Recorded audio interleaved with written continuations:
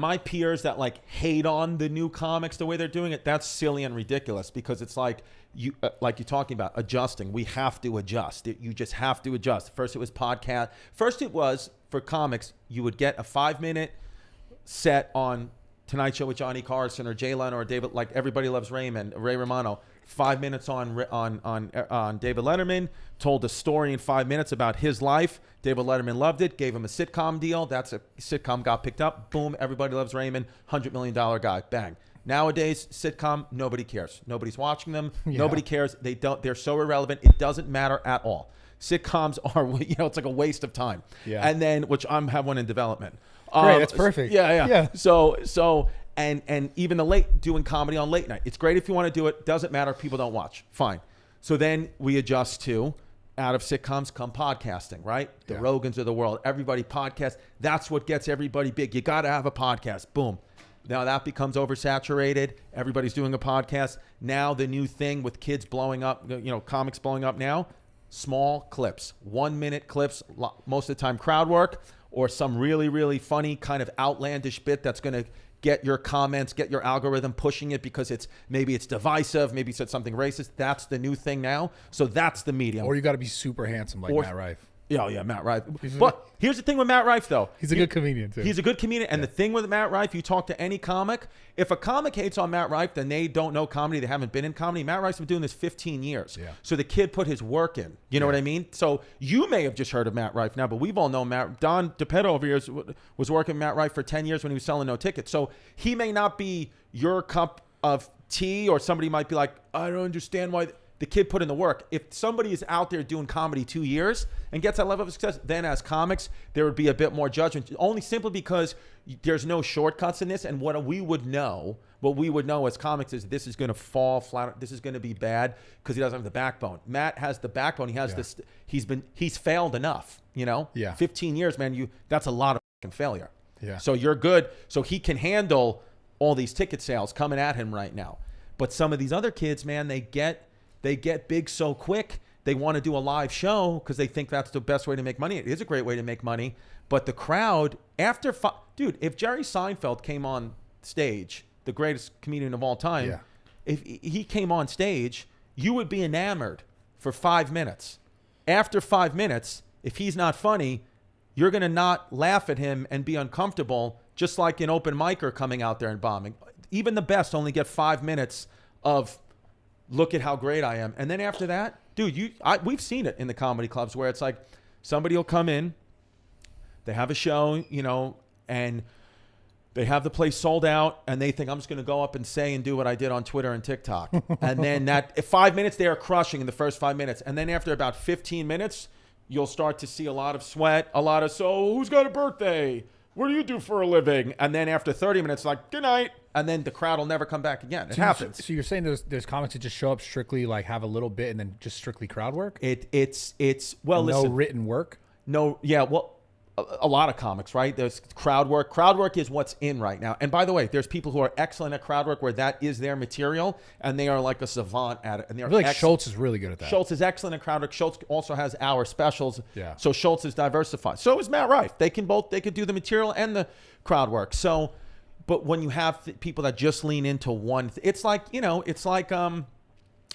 a professional athlete. If you can only do one thing well, if I can stop that one thing, then you don't have anything. Where a guy like Schultz is a good example. You can say, well, you know what? You can't do any crowd work on this show. And he'd be like, all right, I'll just do my material then.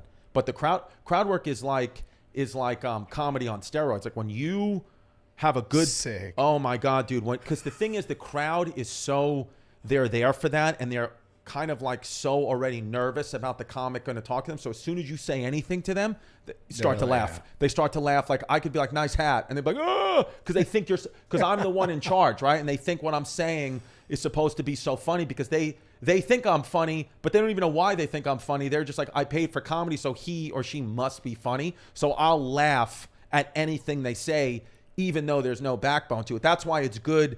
Guys like Colin Quinn, Dave Attell, these are like old school New York City comedy legends that have been around 30 years.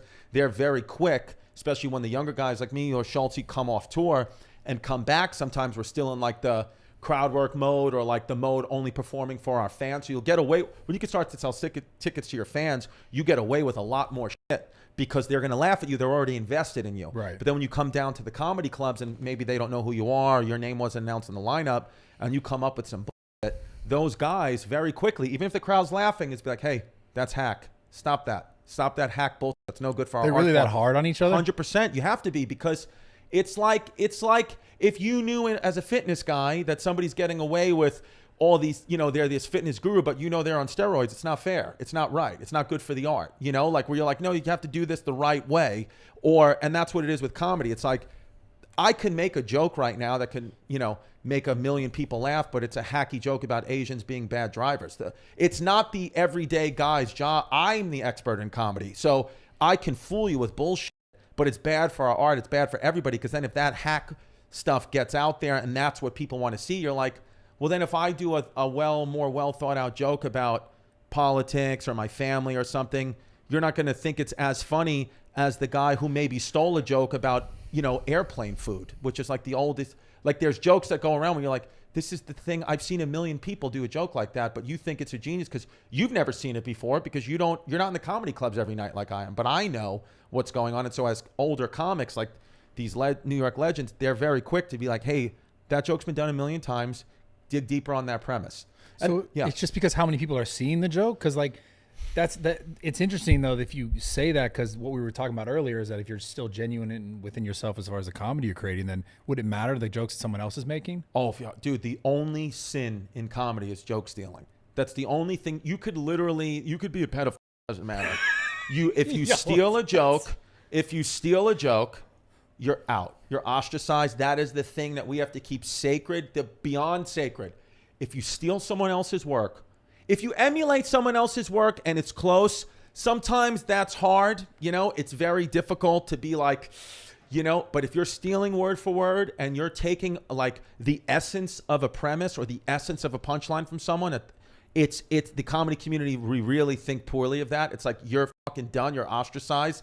People will make it be like, you don't come fucking near me, you little piece of shit, because that's just the only thing. So I think, it's nice to have, older people in this business, like veterans in this business who have been around, who have seen, all these waves of different people getting hot for different reasons at different times, to remind you to be like, hey, stay true to your comedic integrity. Do what you think is funny. Do your own work, nobody else's work. Don't steal anything. And then you'll be okay. It may take a little bit longer. You may not rise as quick. Like that's why most times the greats, Louis C.K., Bill Burr, these guys, you only started hearing about them when they were in their 40s, because it takes that long. It takes 20 years to start to get good, to fail enough, to go up and down. So that's usually, and then you get that longevity with them, that backbone.